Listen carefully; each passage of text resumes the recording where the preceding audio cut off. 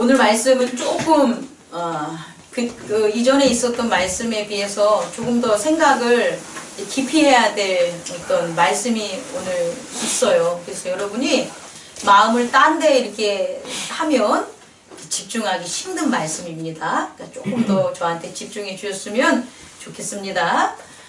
오늘 마가복음 11장에서 여러분이 생각했을 때 뭐 가장 이해가 안 가는 그런 말씀 구절들이 있는데 뭐 어디 같아요? 여러분 생각할 때? 그죠? 무화과 나무죠. 성경에는 좀 난해 구절이라는 게 있어요. 그래서 신학자들도 난해 구절은 아예 해석하지 말자 그래. 난해하니까. 근데 사실 성경이 난해하겠습니까? 진리에 도달하지 못했기 때문이겠죠. 진리 안에서는 풀리지 않는 게 없어요. 오늘 그 진리, 무화과 나무의 그 말씀에서 이해가 안 갔던 것들을 오늘 여러분들이 해결하고 우리 인생에 있어서 진리 안에 여러분들이 세워지길 바랍니다. 그럼 우리 무화과 나무부터 갑시다. 무화과 나무는 성경에서 유대의 그 지역적 특성에 맞는 그런 나무기 때문에 성경에는 포도나무와 무화과 나무가 많이 나와요. 근데 무화과 나무가 특히 주목을 받는 건 세 가지에서 예수님이 비유를 하는데 오늘 비유는 뭐냐면 예수님이 예루살렘에 입성하신 거예요. 입성하시고 그 다음에 어디서 하루를 보내신 다음에 그 다음에 다시 예루살렘으로 나가려는 그 아침에 시장하신 거예요. 근데 무화과 나무한테 예수님은 간 거죠. 왜 갔냐면 예수님 무화과 나무가 어떻기 때문에? 잎이 무성했기 때문이에요. 그럼 우리가 첫 번째 알아둬야 될 것은 예수님이 바라보는 세상과 사물의 가치와 우리 인간들이 바라보는 세상과 사물의 가치가 같을까요? 다를까요? 달라요. 차이가 있어요. 예를 들어서 이거예요. 오늘 말씀 첫 번째를 보면 잎이 무성하면 예수님은 뭐가 있을 거라고 생각한 거예요? 열매가 있을 거라고 생각한 게 예수님의 무화과 나무의 가치라면 그 유대인들에게 있어서의 무화과는 자연적인 법칙에 의해서 가을에 이파리가 무성함이 다 떨어지면 뭐가 되는 거예요? 열매가 맺는 거로 보는 거예요. 그럼 서로 틀린 거예요. 또 하나는 이런 거죠. 뭐 이거에서 납득이 안 간다면 파도, 예수님이 강에 물 위를 걷잖아요. 그럼 예수님에게 있어서의 호수는 뭐예요? 무리는 걸을 수 있는 거예요. 명령을 하면 걸을 수 있는 곳이에요. 근데 제자들에게 있어서의 호수는 걸을 수 없고 풍덩 빠지는 곳이 분명히 차이가 있다라는 거예요. 또 예수님에게 있어서의 물고기 2마리와 떡 5개는 물고기 2마리와 떡 5개로 5,000명, 7,000명이 먹을 수 있는 떡이에요. 근데 우리 인간의적인 시각으로 보면 못 먹는 거야. 혼자 먹기에도 배고픈 거예요. 그러니까 첫 번째 우리가 바라봤을 때 예수님을 우리의 동급으로 보면 안 돼요.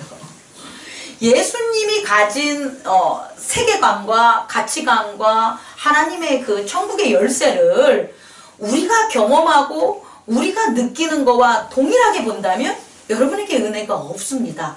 그러면 그리스도교는 뭘 보는 거예요? 내가 가진 가치관대로 예수님이 우리한테 역사하시는 걸 바라는 종교겠어요? 그게 아니라 예수님이 바라보는 가치와 세계관대로 우리가 뭐 하는 거예요? 우리의 가치와 세계관을 뭐 하는 거예요? 넓혀가는 거고 새로운 것을 보는 거다.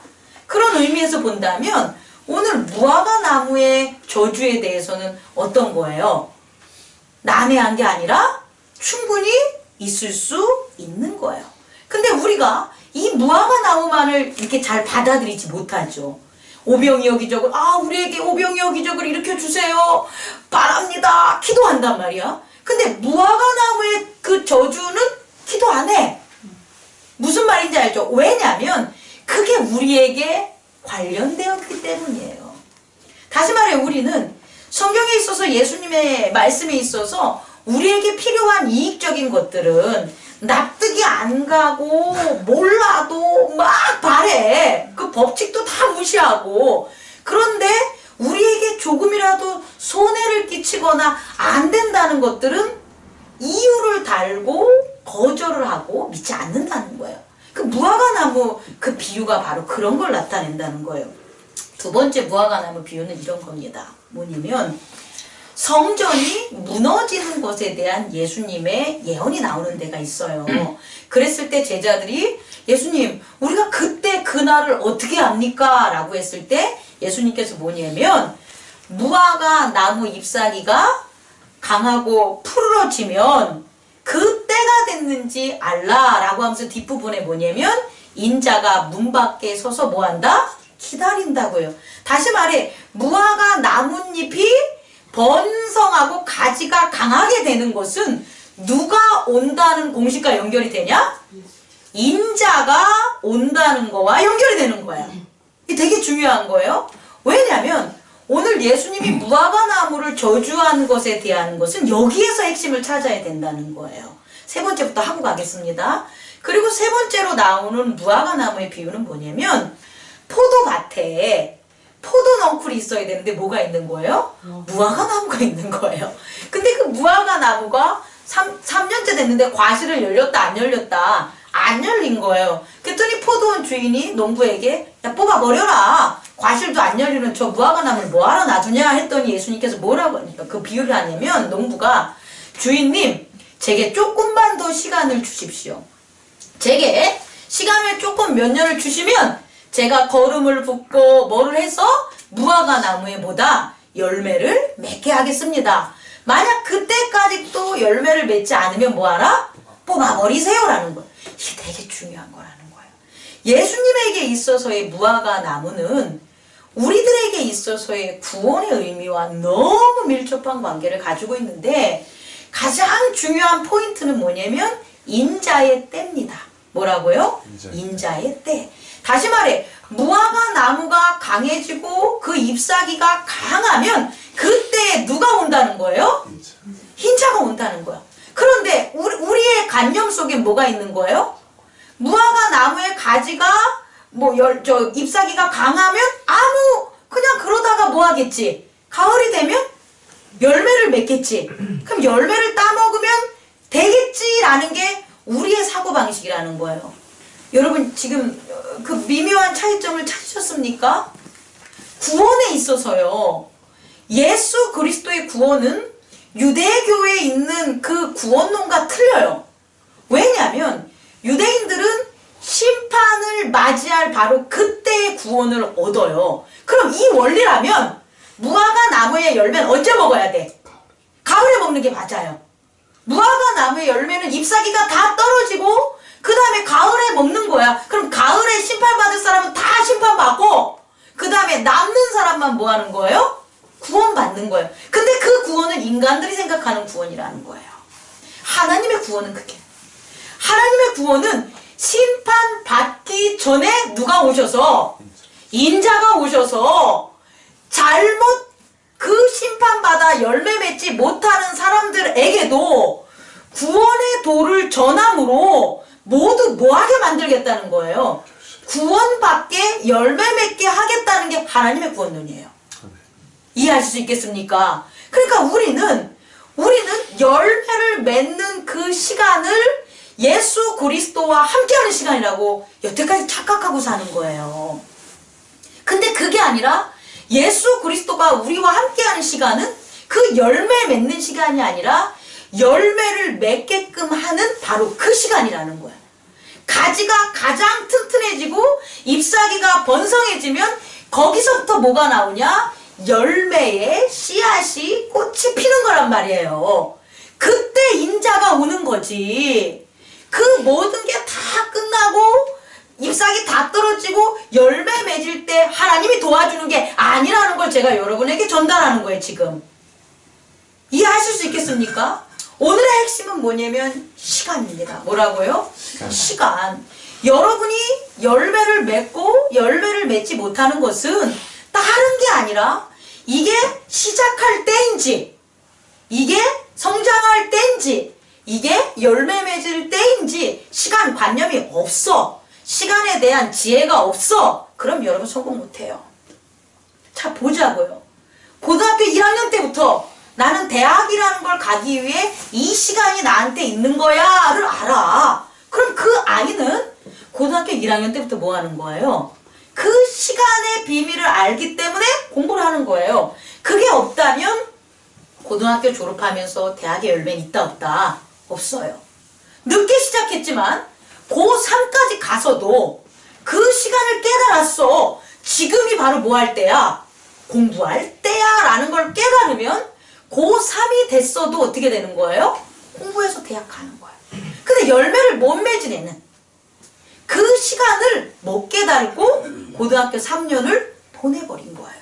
그럼 공부할 때라는 시간을 못 깨달았는데 어떻게 열매를 맺을 수가 있겠냐는 거예요. 자녀를 사랑할 때 여러분 마찬가지입니다. 자녀가 알아서 잘 커주겠지. 자녀가 알아서 내가 그렇게 어렵게 컸으니까 우리 자녀도 알아서 다 성장하게. 천만에 시간을 못 깨달으면 안 돼요. 여러분의 성장들, 여러분이 지금 누리고 있는 이 위치들은 여러분이 시간을 다 깨달았기 때문이에요. 아파트도. 아, 지금이 아파트를 사야 될 때야. 아, 그런 사람이 아파트의 열매를 맺는 거지. 아니, 다음에 평생 가봐요. 아파트 열매를 보고. 건강도 마찬가지. 지금 내가 건강을 뭐 할 때야? 내가 회복할 때야. 그런 사람은 건강의 열매를 맺는 거예요. 기도할 때도 마찬가지예요. 지금이 바로 하나님께 기도할 때구나 라고 한 사람은 기도의 열매를 반드시 맺어요. 근데 내가 다음에 해야지. 내가 지금 예배할 때야. 내가 지금 교회를 섬길 때야 라고 한 사람은 반드시 그 열매를 맺는다 못 맺는다? 맺는다. 바로 이 시간의 문제라는 거예요. 그렇다면 이 시간은 어떻게 깨닫냐는 거예요. 이 하나님의 절대 시간은 어떻게 깨닫냐? 라고 해서 제가 한자를 한번 찾아봤어요. 제가 한자를 줄여 찾는 이유는 저는 고대인들, 특히 한자를 사용하는 이런 고대인, 표의어잖아요. 이들의 어떤 종교성은 현대인들이 따라가지 못해요. 그러니까 우리가 고대인들 하면 막 크로만용인이라든지 막 이런 원시를 생각하는데 그렇지 않아요. 제가 말하는 고대인들은 철학적 종교적 가치가 엄청나게 풍성한 시간을 공유한 사람이에요. 예를 들어서 우리 한국에서는 뭐라고 하냐면 당군 그 전에 화이랑 생각이 갑자기 안 나. 아니 환웅 말고 그 위에 그 물과 씨를 뿌린 근데 생각이 안 나네. 신농 하여튼 위야 위. 내가 이름도 까먹었어. 근데 그 분들이 뭐냐면 사실상은 뭐냐면 중국이나 다른 나라에서도 나와 기록이 돼 있어. 그만큼 태평성대를 이룬 사람. 왜? 하늘의 진리를 알았어. 하늘의 법칙을 알아서 그런 거예요. 제가 얘기하는 고대인들은 이런 고대인들을 얘기하는 거예요. 그럼 그 고대인들이 쓴 한자에서 봤을 때 시간이라는 게 되게 재밌더라는 거야. 제가 봤을 때 시자가 떼시자 아니겠습니까? 떼시자가 어떻게 이루어졌는지 알아요? 날일자에다가 흑토에다 마디촌. 흑토의 마디촌은 뭐냐면 절사자예요. 사찰사. 근데 절만 뜻하는 게 아니라 뭐 예배당 이런 거의 뜻으로도 쓰여요. 다시 말해 이 떼시라는 것은, 이 날이라는 것은 일반적으로 이렇게 농부들이 정하는 게 아니에요. 이 때라는 것은 누구만 알 수 있는 거냐? 하나님께 제사 드리는 자들이 아는 거라는 거예요. 다시 말해 때는 신을 발견하는 거예요. 때는 하나님을 찾을 때가 바로 때가 되는 거예요. 우리가 24시간 해가 동쪽에서 떠가지고 서쪽 이런 거에 관념을 버리세요. 우리가 그런 쪽으로 간다면 나이 드신 어른들은 다 어른이야지. 그만큼 그 법칙대로 살았으니까. 나이를 먹어도 어른이 아닌 사람은 때를 경험 못한 거예요. 그 어른이 못 되는 거예요. 여러분 이해하실 수 있겠죠? 다시 말해 시간이라는 건 뭐냐면 자연 원리에 의해서 태양이 돌고 달이 뜨는 게 시간이 아니고 시간은 하나님을 발견하고 그의 섭리를 찾는 게 뭐가 된다? 시간이에요. 그래서 고대인들은 농사를 짓는 이 시간 절기를 하나님 하늘이 갈려준 진리로 여겼기 때문에 순종한 거예요. 근데 순종했더니 그 결과가 나타났다 안 나타났다? 나타났다는 거예요.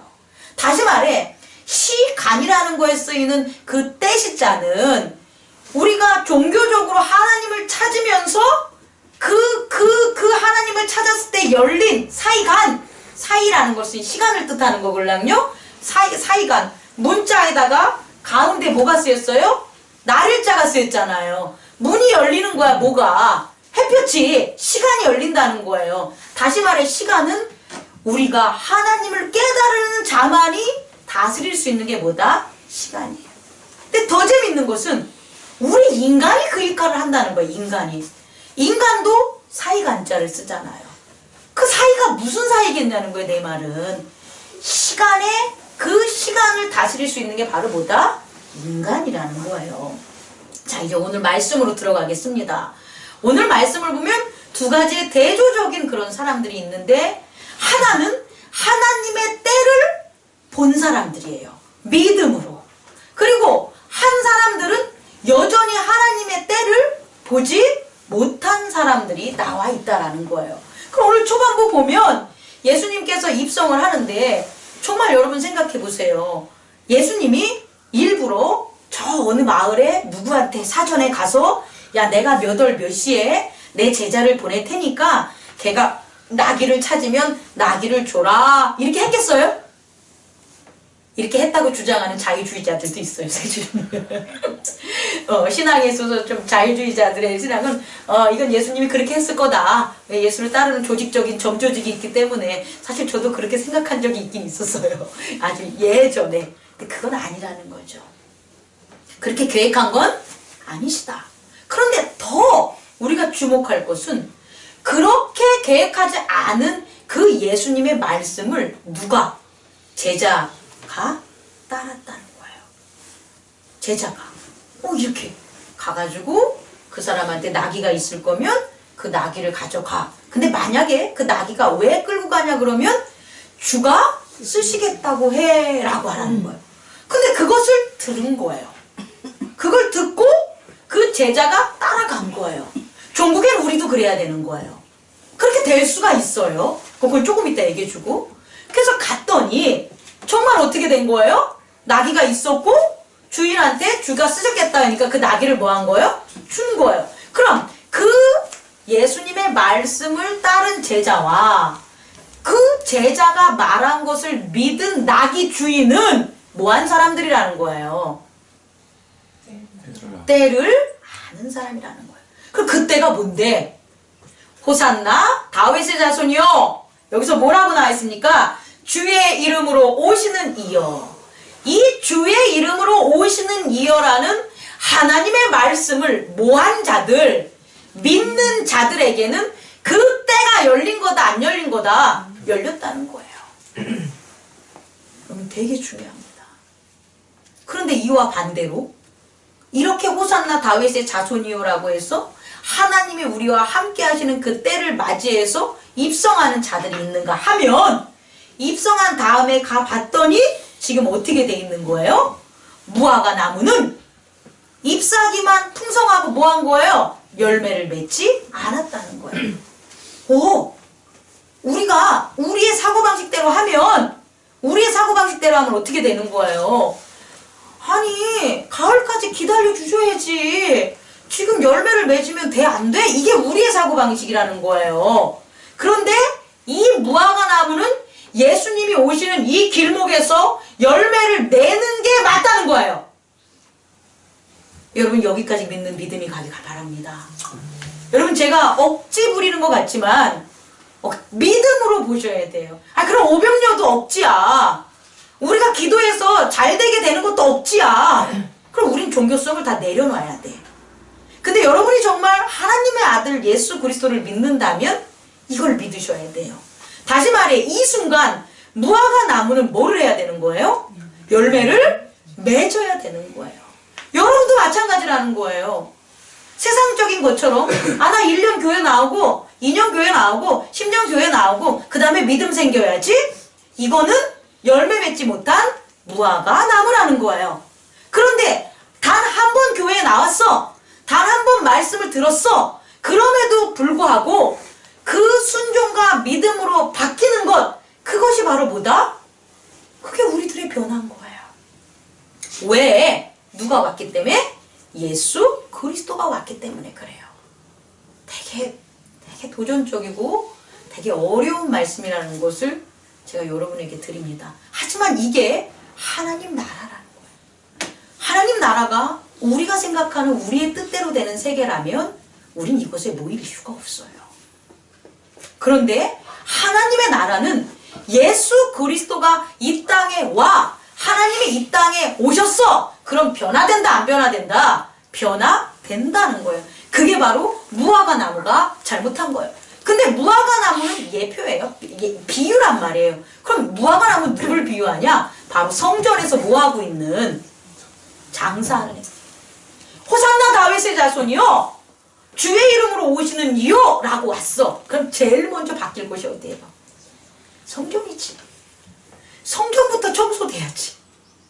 성전에 뭐예요? 비둘기 판 돈, 모한 돈, 그런 것들에 있어서 어지럽힌 가축들이 있었던 그 더럽고 그것들이 다 어떻게 됐어야죠? 깨끗이 돼야죠. 근데 왜 그렇게 있었겠어요, 걔네들은? 주의 이름으로 그가 안 오시니까.